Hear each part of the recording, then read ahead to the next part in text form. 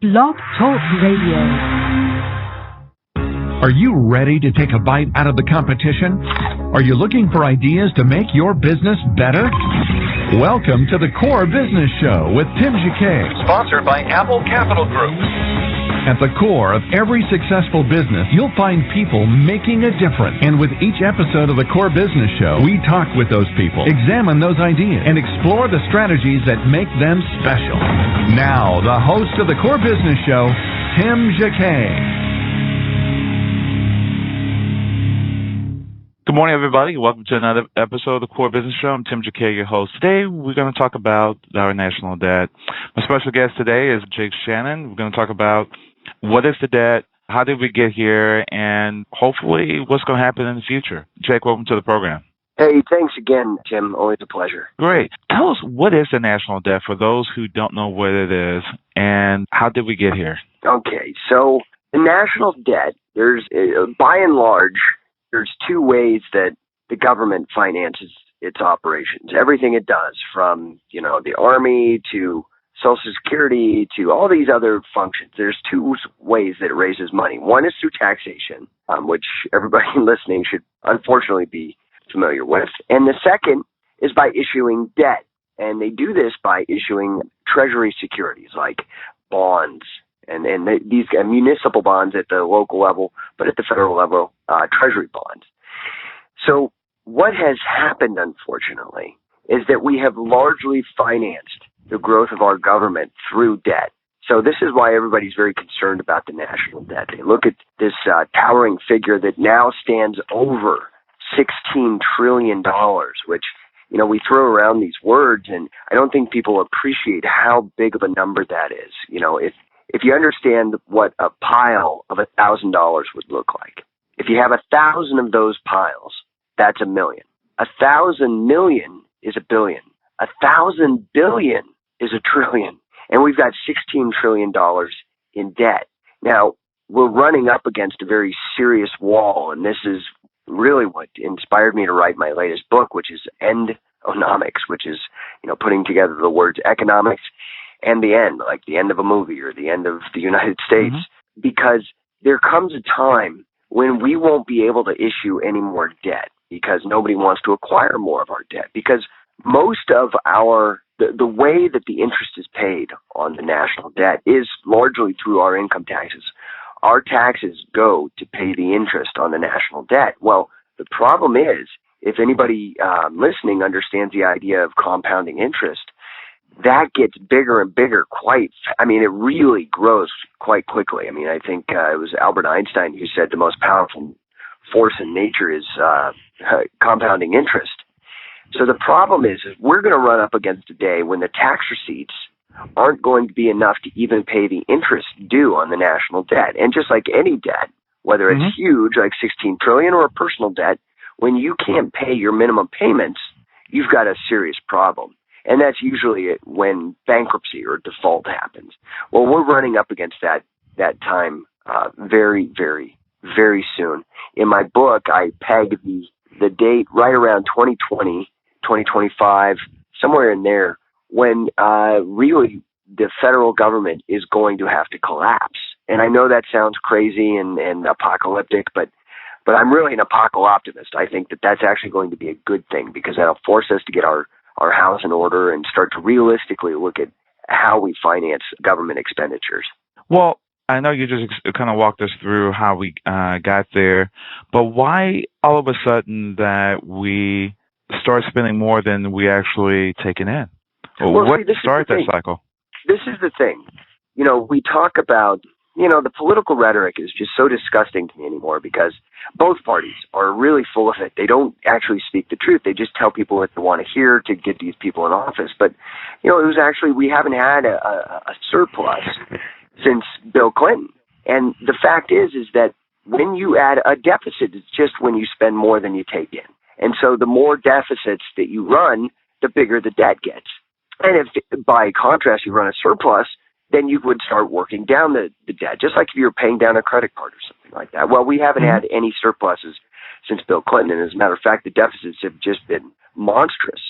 So we're really running into some problems here. This has gone on for a very, very long time. And if you look at debt and you lay that on what's called a time series, like a graph that's laid out over years, you'll see there's a very interesting correlation between these debts and war. So we need to figure out a better way to help protect ourselves in the national scene without actually incurring these debts, because what's going to happen when we're totally bankrupt? Then we won't be able to defend ourselves at all. And I think this is why the former Joint Chiefs of Staff, General Mullen, says that, our biggest threat to our national security isn't Iran, it isn't China, it isn't Al-Qaeda. The biggest threat to our national security is the national debt. Wow. This is a very serious crossroads that we're at right now, Tim. It's and I don't think people really understand it. They're, it's football season. Romney, Obama, blah, blah, blah. They don't understand.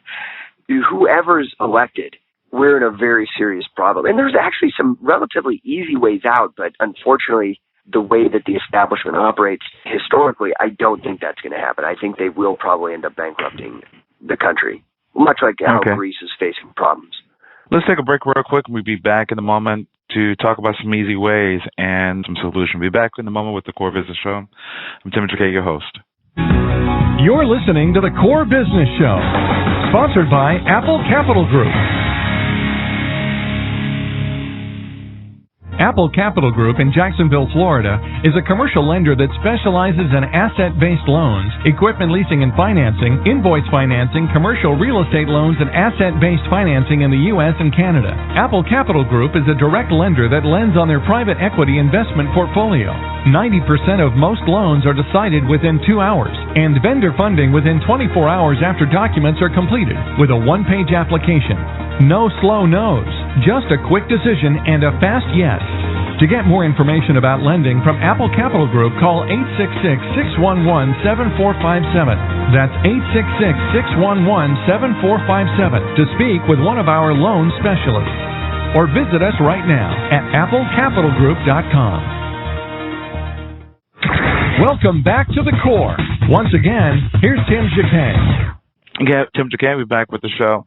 Question real quick, when it comes to the bulk of the baby boomers are about to retire, why didn't we, within these last 12 years, since we know this is going to happen and there's going to be a drop, take advantage while the baby boomers were still in the workforce to help kind of cure some of these debt? Because once they pull out, they're going to start draining the system, cashing in. There was no thought. They just kick the can down the road and say, hey, let's let someone else deal with it?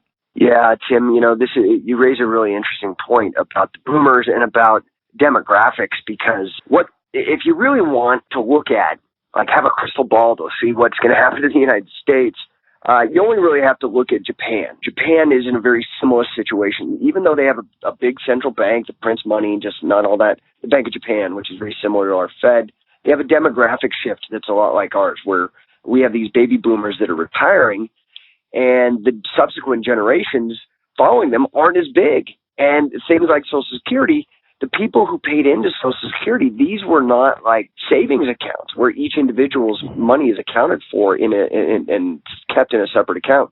It's a general fund. And the government has rated it, used that money for other things. Frankly, all the estimates, the actuarial estimates, are showing that it's in big trouble, that we're going to be running out of money for the retirees here very, very soon. Why we never looked forward and did anything that, I catch myself saying things like why we never did it, or, why our government. Here's the problem. It's not we anymore. It's not we the people. There's a problem which is very nicely and succinctly identified by the public choice school of economics. Their term is unfortunate because it doesn't make a lot of sense, but it is a good concept to know about. It's called rent seeking. And it's about how certain economic actors seek to curry political favor at the expense of other economic actors. It's kind of unfairness. It's like where they try to create laws or whatever to disadvantage their competitors. Well, we've had that happening time and time again, this collusion between government and the economy. And that's just created all of these weird distortions and these kind of moral hazards, bad incentives for people to behave poorly, from lobbyists to the politicians to the businessmen themselves. And usually it's the people, the people who are busting their hump, working a 9-to-5 job, putting their money in, into a Social Security fund, and they're going to find that it's not there, unfortunately. And we don't have to have it that way. I find that when the default comes, what we should do is we should default on the treasury holders, because those are like any other financial instrument. People take them and realize there's a risk. It can go up or it can go down. Whereas Social Security, we could pay out everybody. I know recent statistics by the Bureau of Land Management has shown that we have so much property that we could sell and liquidate a lot of the government's assets and still make sure that the obligations to baby boomers with regards to Social Security are met. And, we need to start thinking smart. We need to allow people to opt out of these systems and whatnot. And with regards to the national debt, we're going to be right before or maybe right after. I don't know how the political football will land, but we're going to have to come up against this raising this debt ceiling again. And we don't have to do that, because all you have to do is you look at who are the major creditors to the United States. Who's giving us this money? Well, we know that China is a major creditor, but most people don't know that the Federal Reserve is right up there. And in fact, I'm not sure, but I think they may even be a bigger creditor to the United States than China. Well, all we have to do is say, look, excuse me, Ben Bernanke, if in fact your interests are truly aligned with those of the United States American, taxpayer, then simply write down the debt that is owed to you. Just write it right off. You created the money out of thin air. Why not just write off all the money that the Treasury owes the Federal Reserve? Poof. The national debt would shrink like overnight. We would not have to worry about this kind of stuff. Well, tell us how that system actually operates. How do we owe Bernanke? Okay, so this is how money is created in the economy, and this is why we owe the Federal Reserve. Well, and you have to understand, again, you and my taxes, income taxes, go to pay the interest on the national debt. Well, the interest largely goes to pay the Federal Reserve. So this is how money is created in our economy right now, unfortunately. And frankly, I don't know a better way to describe it, but it's like a Ponzi scheme. It's like a scam. I don't know a better way to describe it. I know. I could throw all the jargon at it. I could throw all the jargon at it that we want, but that's really what it is when we look at it. The fact is that the Treasury says we need more money in the market. I'm going to give you this IOU, this Treasury bond. Okay, I'm going to give it to you, which is just like any other loan, right? Where if you were to take out a mortgage or a credit card or anything like that, you give us money, and then we'll give you interest on that money. Okay, and so the Federal Reserve makes money through seigniorage, and it has all these Treasury securities on its balance sheet. And so this is really what happens. But the money that is given to the Treasury from the Federal Reserve is simply created out of thin air. I mean, that's it.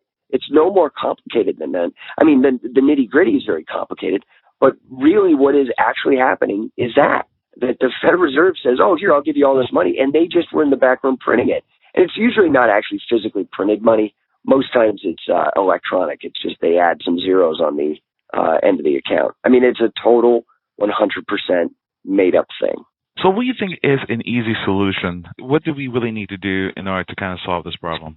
Well, I do think that, kind of this movement started by Ron Paul is a good idea, this audit the Fed kind of movement. I think that we should really seriously consider pulling out of central banking, not unlike what we see Iceland has done, removing itself as much as it can from central banking, or also what we see in the European Union now. There's a bunch of members like, I think we're going to pull out of this whole central banking thing. We really need to contemplate doing that. We need to put pressure on Bernanke to just write down the amount of money owed to the Federal Reserve.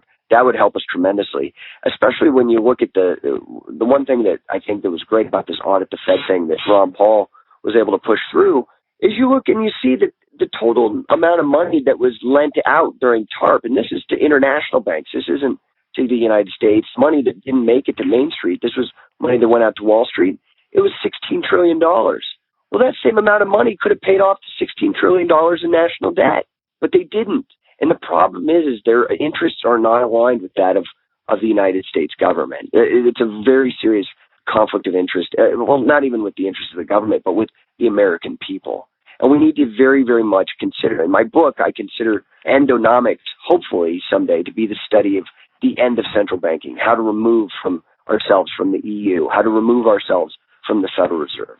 Talking about people, how does the national debt affect the average person in America? It's connected with us, but it's not really connected. How, in everyday lives, how does it affect that person? In the future, yes, but for right now, how does it affect us? Well, right now, anybody who has money taken out via withholding, that is affecting you, because your money that gets paid to the IRS is just paying the interest on the national debt.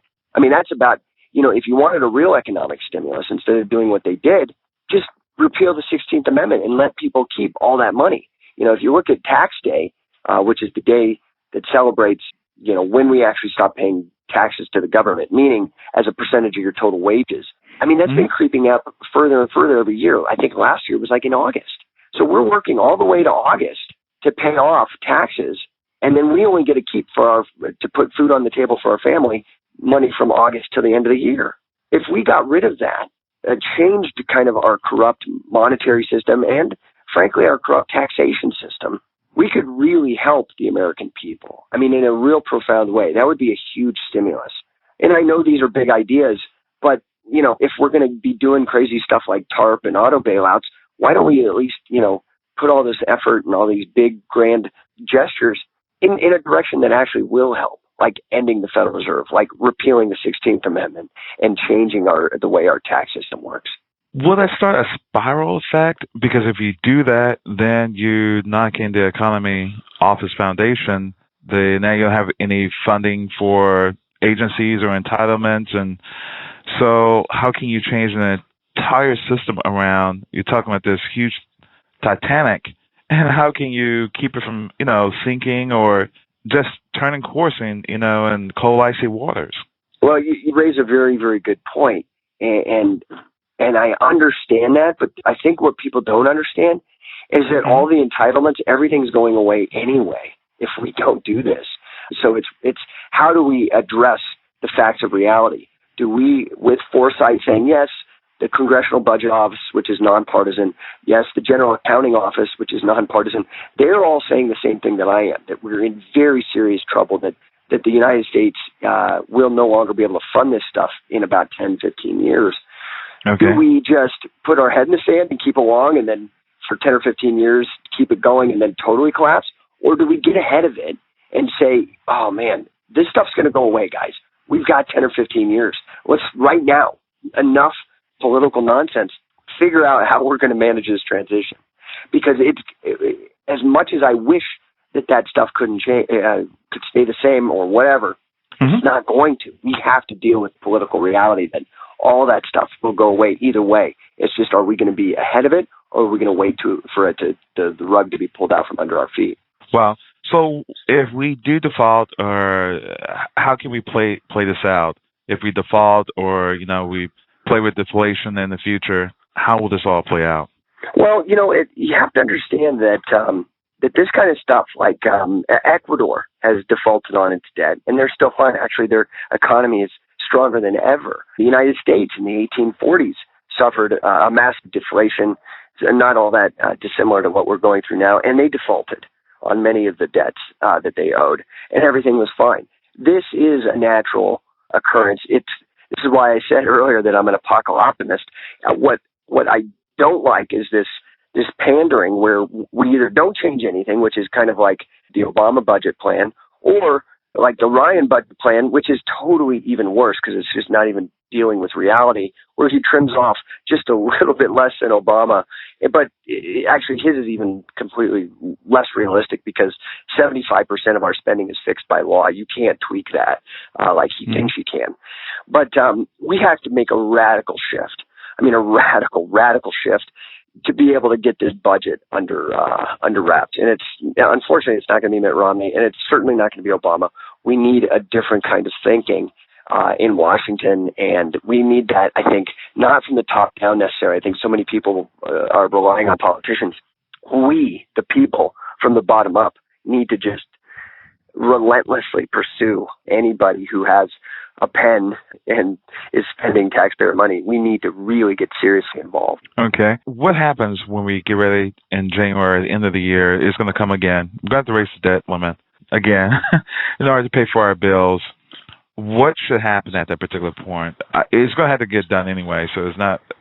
They might kick and scream about it, and they're going to kick the can to after the election. But what should we be thinking when they do that again? Is it going to happen again in another 6 months? Here's the thing. I mean, if I was to bet on these things, now I'm saying what we can do and what we should do. Unfortunately, I don't think we will. I think we will probably go the course of the status quo, largely making some just surface fake gestures, but not really addressing things. I think that the system will get overwrought and we will have a collapse. I think 2013 is a very scary year. A bunch of taxes are going to be going up. A lot of new taxes will be implemented. It's going to put so much pressure on the economy and on families and entrepreneurs. I don't know that there's a whole lot that we can do other than just batten down the hatches and hang on to your life. I don't think it's going to be super bad. I think when the transition comes, I think we have about a 10 or 15 year window as this transition happens. There will be certain uncomfortable situations. I liken it to when, say, the Soviet Union collapsed under the weight of its own debt. We're going to have a very similar situation. Ultimately, it was better for the Russian people. Now they've got cell phones. They've got all kinds of different car choices, whereas they only had they could buy one car. If they were able to get a car, they'd have to stand in line for toilet paper. I think it will be, unfortunately, a little awkward when infrastructure, things like the trash isn't picked up and that kind of stuff, but ultimately we'll be fine. And what I'm hoping is that when we rebuild, that the collapse of the American empire will be good for the American Republic, for the Bill of Rights, I'm hoping that the young people who rebuild in 10, 15 years learn the lessons instead of further going that route and taking handouts from central bankers like the IMF or the Bank for International Settlements or that kind of thing. I hope that we figure out, we're done with central banking. Okay. A takeaway from the Republican convention, also the Democratic convention, anything that they said that we could take seriously that they're going to solve this particular issue? No. Or they're just blowing smoke in order for it, and they just had to deal with it in January? Whoever has honestly, I look at Democrats versus Republicans like I look at The Rock versus Stone Cold Steve Austin. It's about as real to me. You know what I mean? Like, you can get into it and excited and watch their interesting moves and their smack talk, but it's a bunch of crap. It's not going to change anything, unfortunately. The only guy out there who really has anything serious to say and any substantial change is Gary Johnson. And he's successful 2-term former Republican governor of New Mexico, reelected in a 2-to-1 Democratic state. I mean, this guy's got more executive experience than Obama and Romney, but, the establishment doesn't want him in there. And so while he's the best man for the job, people will continue to vote for the lesser of two evils instead of the right man for the job, unfortunately. So it'll still be this phony pro wrestling. Well, anything you would like to leave us with? Also, where can we find your book? Just, be an apocalyptic optimist. Understand that the end is coming. Try to plan and prepare, but it's not going to be awful. I mean, as long as we're vigilant and keep our eyes open, everything will be okay. If you want to understand deeper kind of what I'm talking about, and you don't have to believe me, my book is very well sourced, you can just go to endonomics.com, and that will actually take you right to the Amazon.com page. You can buy it there. It's not expensive. It's about 100 pages, and it might take you a minute or two to read. I mean, I do have a master's of science in financial math. I tried to leave as many, there's no formulas, and I have very few graphs. I try to make it very clear, but I packed a lot in there. So you might have to read it a time or two, but I wrote it because I thought it was important for people to understand this and to have a bit of a roadmap. So if people are interested, they can check out endonomics.com. Perfect. Well, Jake, thank you for joining the program. Hey, Tim, I appreciate it. Okay. Have a great day. Thank you again. Okay, bye-bye. Take care. Bye-bye. Again, that was Jake Shannon. We were talking about his debt. You can go ahead and download this episode on iTunes or Blog Talk Radio.